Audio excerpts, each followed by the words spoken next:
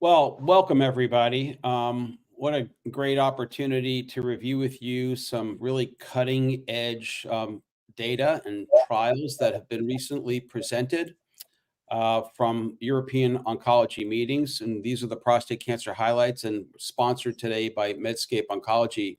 I'm Neal Shore. I'm going to be the moderator. I'm the medical director of Carolina Urologic Research Center in South Carolina in the US.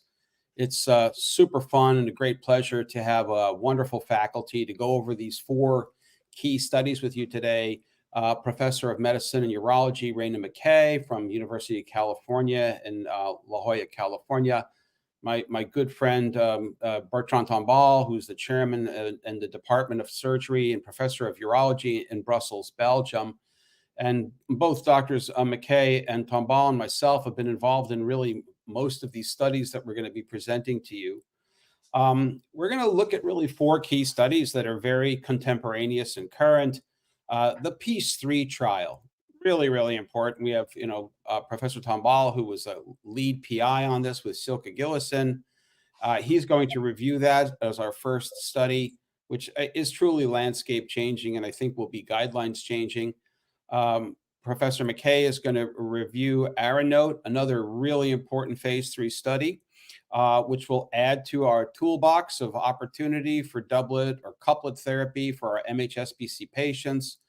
Dr. McKay will also present another very important phase 3 trial in the world of radioligand therapy known as the SPLASH trial, and some of the interesting nuances that were notable regarding that trial, which complements prior lutetium studies that have been presented. And then we'll finish up with a very important phase 2 study that Professor Tombal will review, known as the upfront PSMA, and how we can think about using radioligand therapy in combination and sequencing in the MHSPC population. So with that, let me hand it over to you, Bertrand. Thank you so much. So pleasure being with you. So PEACE-3 is a study we started like almost 10 years ago, and where the idea was actually simple. It was to combine radium and enzalutamide.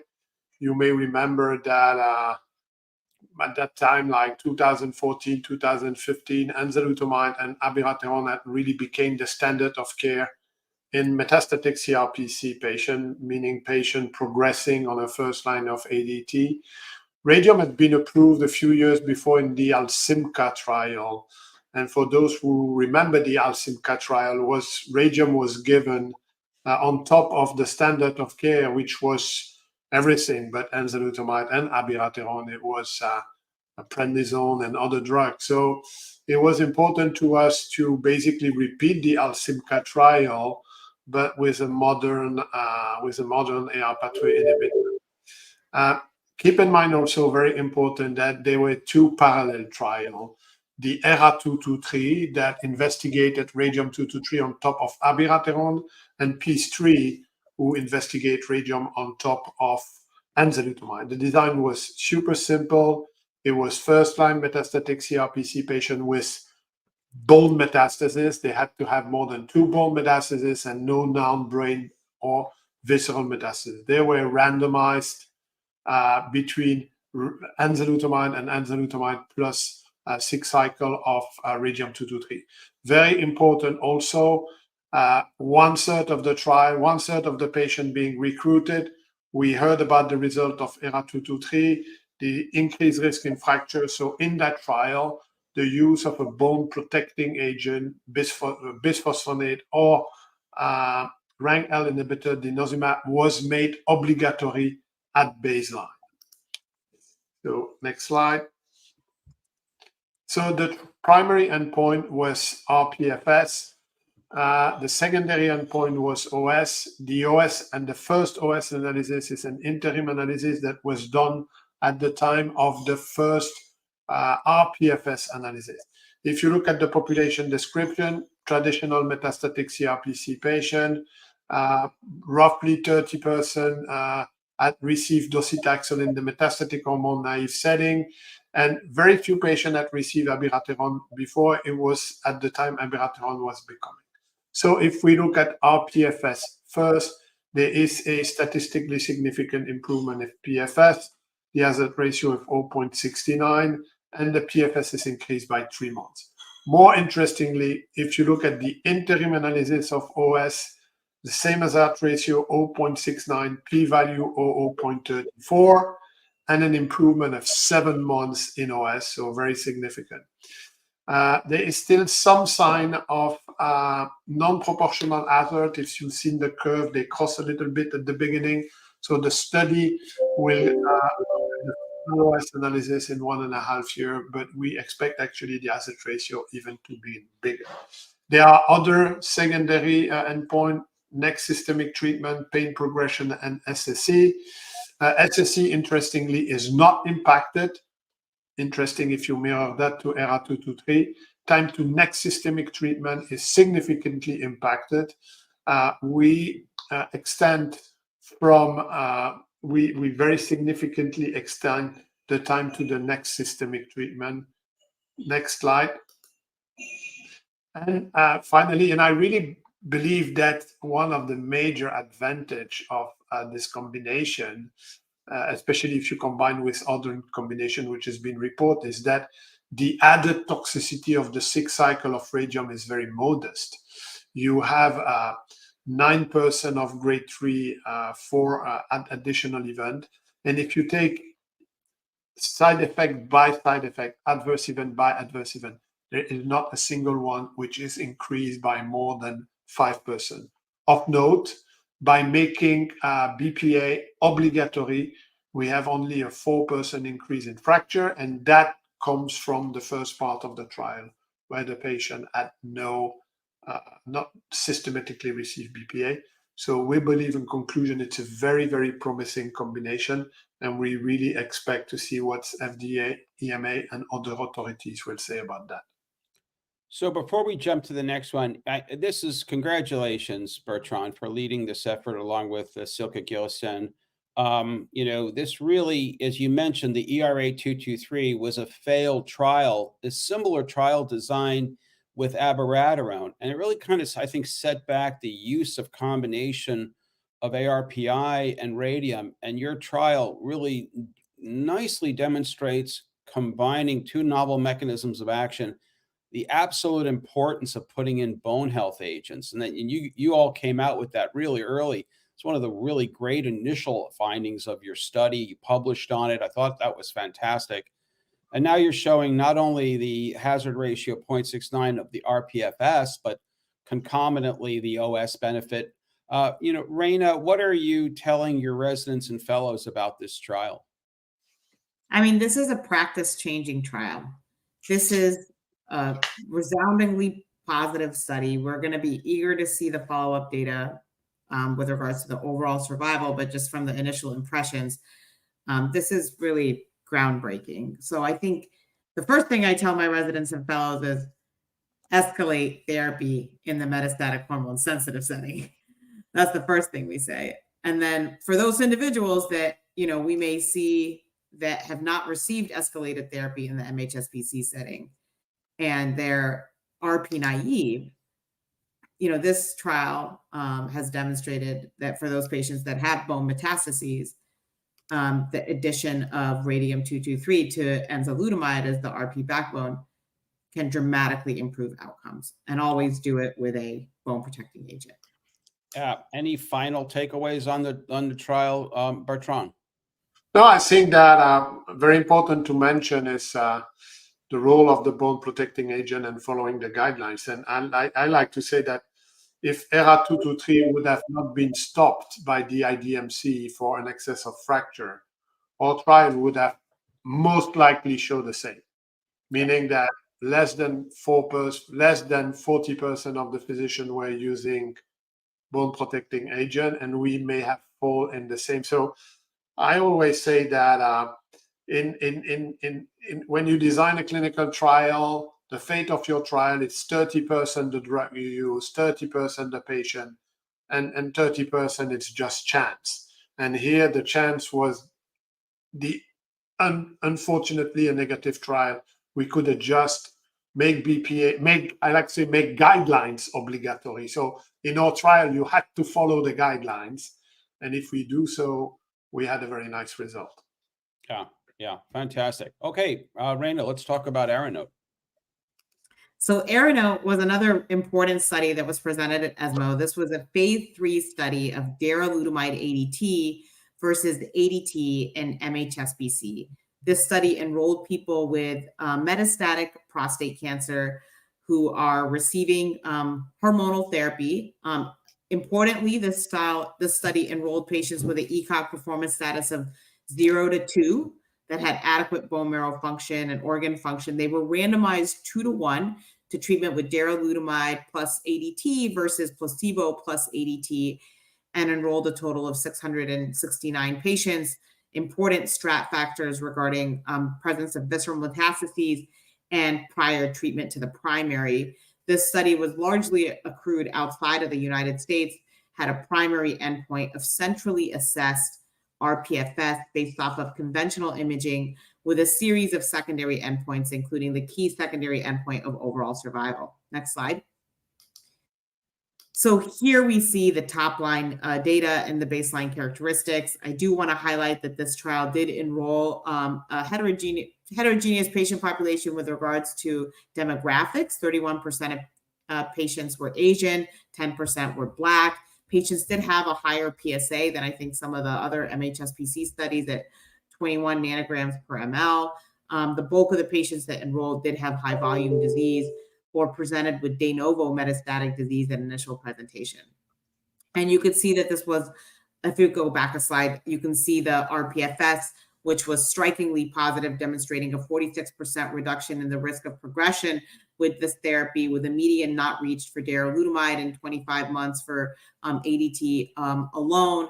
The data on overall survival are still immature, but hazard ratio trending at 0.81. And all of the key secondary endpoints, including time to mCRPC, PSA progression, subsequent therapy, and pain progression, were all improved in the darolutamide plus ADT arm. Next slide. And then here we have the top line data regarding the safety profile for ADT darolutamide. You know, what I think is striking is the grade 3-4 toxicity is almost equivalent to just ADT alone. And we're not seeing excess toxicity with the addition of darolutamide. And actually AEs leading to treatment discontinuation were even lower in the darolutamide ADT arm than in the ADT placebo arm. I think our AEs of special interest, and these are AEs that we're seeing in greater than 5% of the population, looking at hypertension rates, you know, similar to that of the placebo arm. And again, you could see diabetes, hyperglycemia, cardiac arrhythmias, actually on par with placebo. Interestingly, fatigue was better in the darolutamide plus ADT combination versus placebo. Next slide. And yeah. So let me ask you a quick question here. So we have now a plethora of doublet studies. We have ADT ABI, ADT ENZA, ADT APA. We have 2 triplet trials, you know, Arasens, ADT DOSI, DARO, Piece 1, ADT DOSI ABI. What's the important concept here? You know, then when we see yet another level 1 evidence that monotherapy is not really the standard of care anymore for MHSPC patients, Rana. Yeah, I mean, that is exactly it, that ADT alone results in inferior outcomes for patients that have metastatic hormone-sensitive prostate cancer. These patients can never catch up with sequential therapy. You know, their overall survival is dramatically improved with escalation. And we've done various analyses looking at high volume, low volume, de novo, you know, metachronous. And even in the context of the ARANOTE data, the low volume patients actually derived even a greater benefit from the addition of darolutamide, with I think the hazard ratio for rPFS right around 0.3 for low volume. And so whether you're low, whether you're high, I think the message is escalation is important. And I think now that we have multiple studies and multiple agents, I think there's a lot of decision-making that comes into around, you know, how do you select which regimen for any one given patient? And there's a lot of differences between the side effect profile, drug-drug interactions, patient comorbidities, that I think end up largely informing the decision of what agent to pick. I mean, I think in my mind, escalate and get acquainted with using one strategy really well, get used to doing that than just ADT mono. Great. And Bertrand, what are you, your thoughts? Because I know you've spent a lot of time on this notion around the importance of doublet and or triplet. Comments about that, as well as what's the role in your mind for triplet therapy?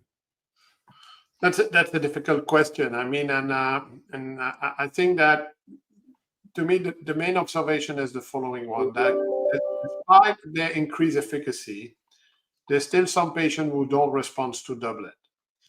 And to realize that much better, you may like to look at the neoadjuvant studies before radical prostatectomy.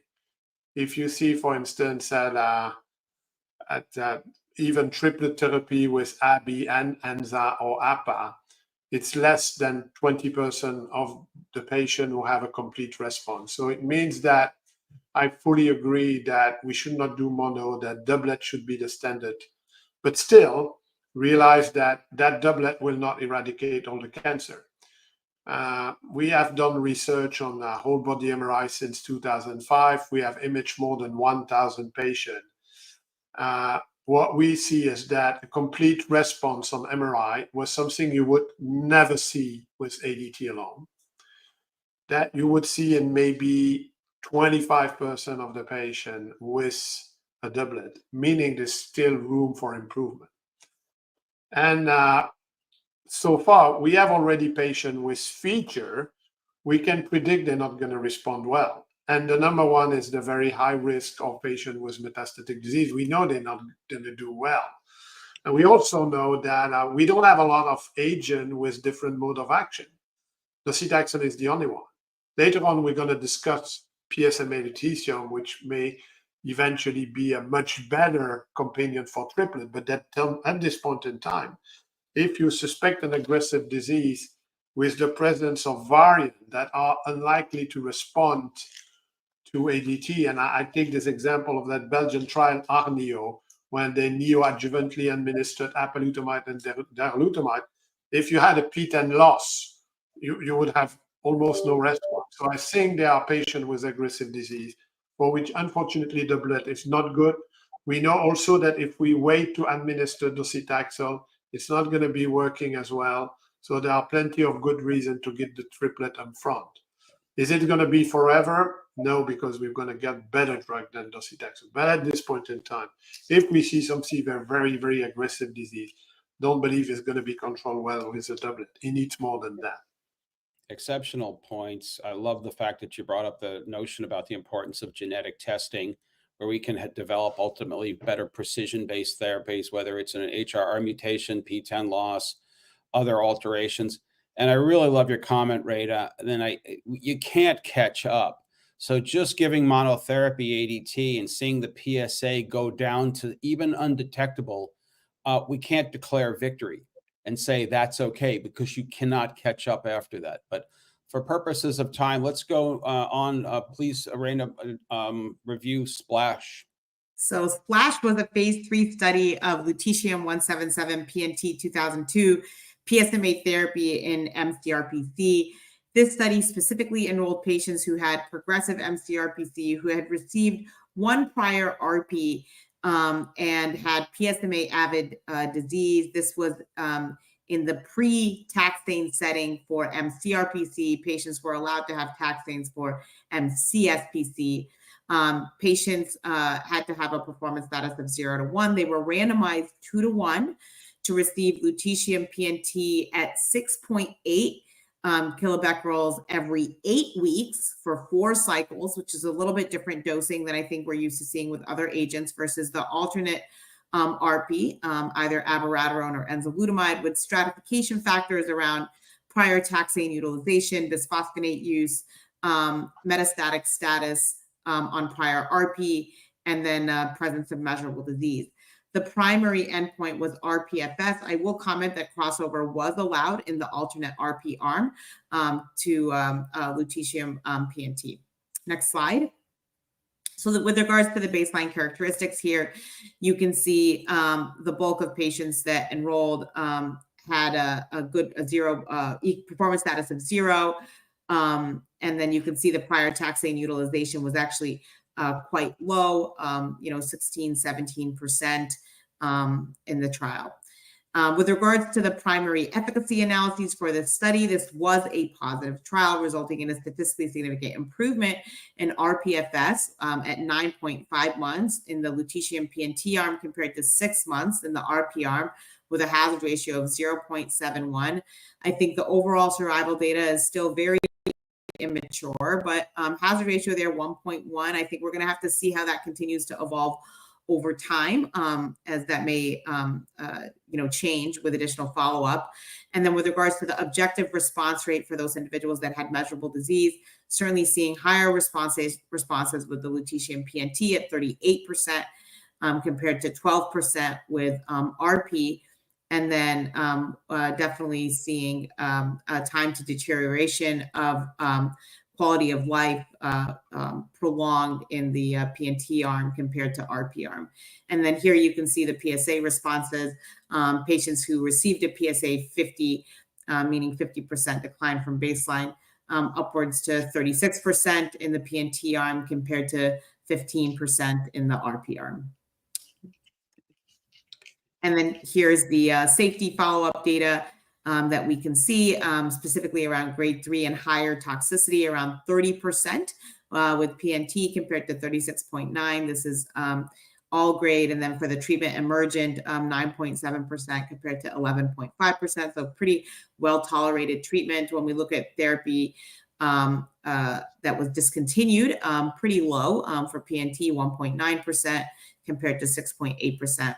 Or 6.2% for RPs. And I think with regards to the most common AEs, I think the ones that we pay attention to, fatigue, dry mouth, I think is important. Any grade dry mouth was at 37% in the context of this study, fatigue at around 53%, so certainly higher than the control arm.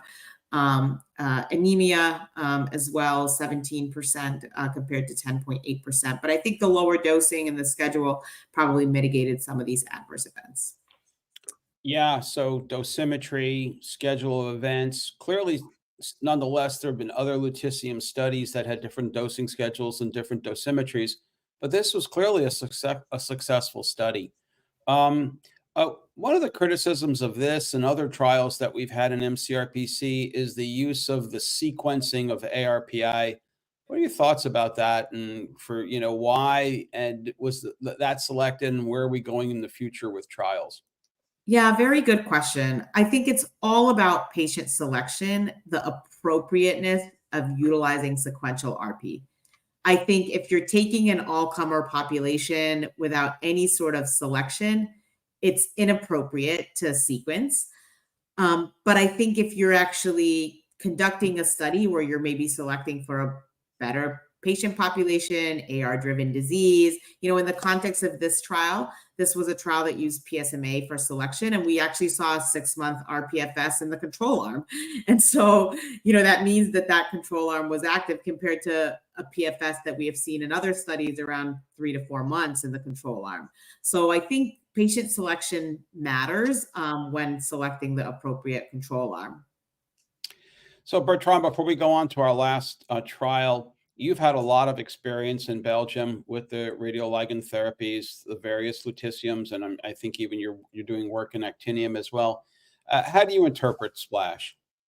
I mean, SPLASH is really, to me, one of the main message on this trial is that, and it's not a criticism, but they've been designed by medical oncologists who actually designed this trial like it was a chemotherapy, where it's a targeted agent and it has to be dose adapted to each individual patient.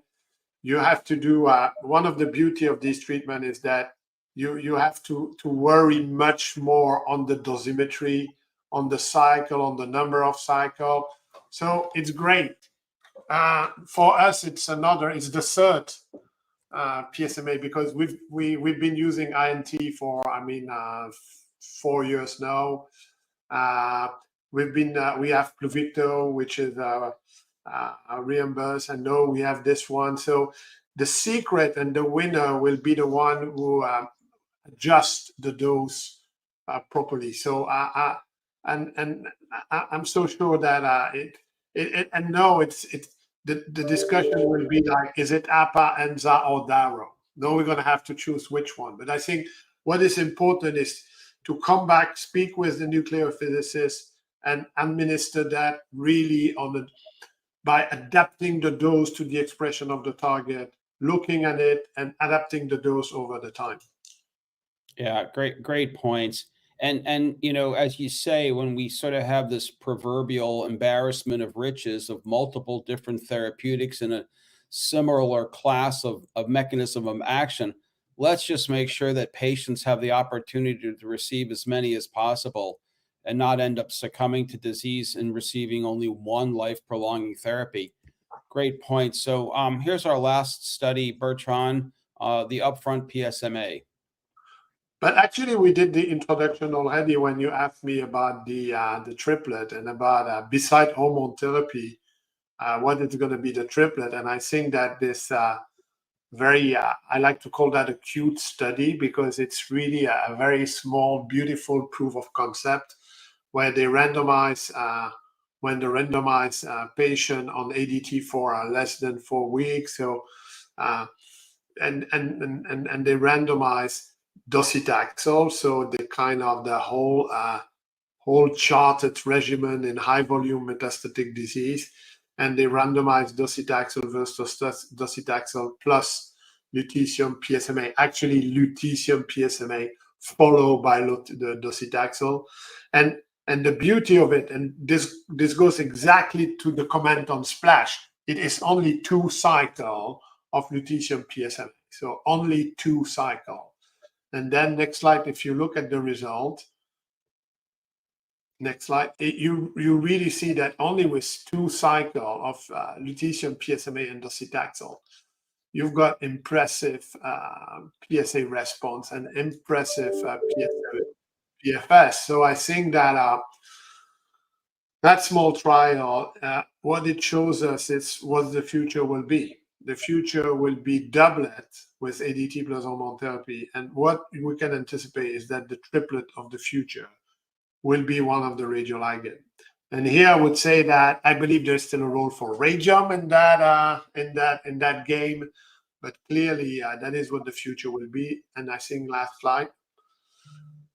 And the reason also is that these radioligand, they have a very interesting toxicity profile. You can combine this with everything, can combine with docetaxel. So really very interesting trial. It's a glimpse of what triplet will be in 5 years from now. So that's a pretty provocative statement. I love it that you said that, Bertrand. Rana, what do you think? Are radioligand therapies, whether it's radium, which has been around since 2013, an alpha particle, or will it be the beta particles, the lutetium, or maybe even some other alpha particles like actinium? What do you think? What do your tea leaves tell you about MHSPC? I think it's absolutely going to be integrated. It's just a question of how. I think there's a lot of really exciting agents. I think lutetium PSMA 617 is the first of these, but there's different radioisotopes. We talked about the alpha emitters, the beta emitters. There's different chelators. There's different ways to target PSMA, whether it be through a small molecule. There's different kinds of small molecules that have different kinds of binding affinities. There's monoclonal antibodies. So I think we're like really just at the beginning of our journey with radioligands in prostate cancer. And I'm actually really hopeful that they're going to allow us to further improve outcomes for patients. Yeah, well said. Final comment, Bertrand. I know we're pushing up on time. As Rana says, it's an incredible time to be a clinician, but also a researcher, an educator, and a great time for our patients and their families to benefit from all these incredibly breakthrough discoveries. Yeah, no, it's going to be our job as academic to design trial to help our colleague to understand which sequence is the best. But clearly, there are plenty of room for innovative design, innovative endpoint, and I'm sure it's going to be very interesting. Well, I want to just thank you both for really getting through these remarkably complicated, design, not so much the design, but I should say all the effort that went into these 4 important studies, 3 phase 3s, a very important phase 2. Always hats off to the investigators and the families and the patients who participated. Thank you so much, Rana and Bertrand, for sharing your wisdom and your observation on these studies. And as was shown here earlier, for everybody watching today, you scan the QR code, you can get appropriate CME credit. Thanks very much to the folks from Medscape Oncology for allowing us to chat with you today. Thank you. Thank you.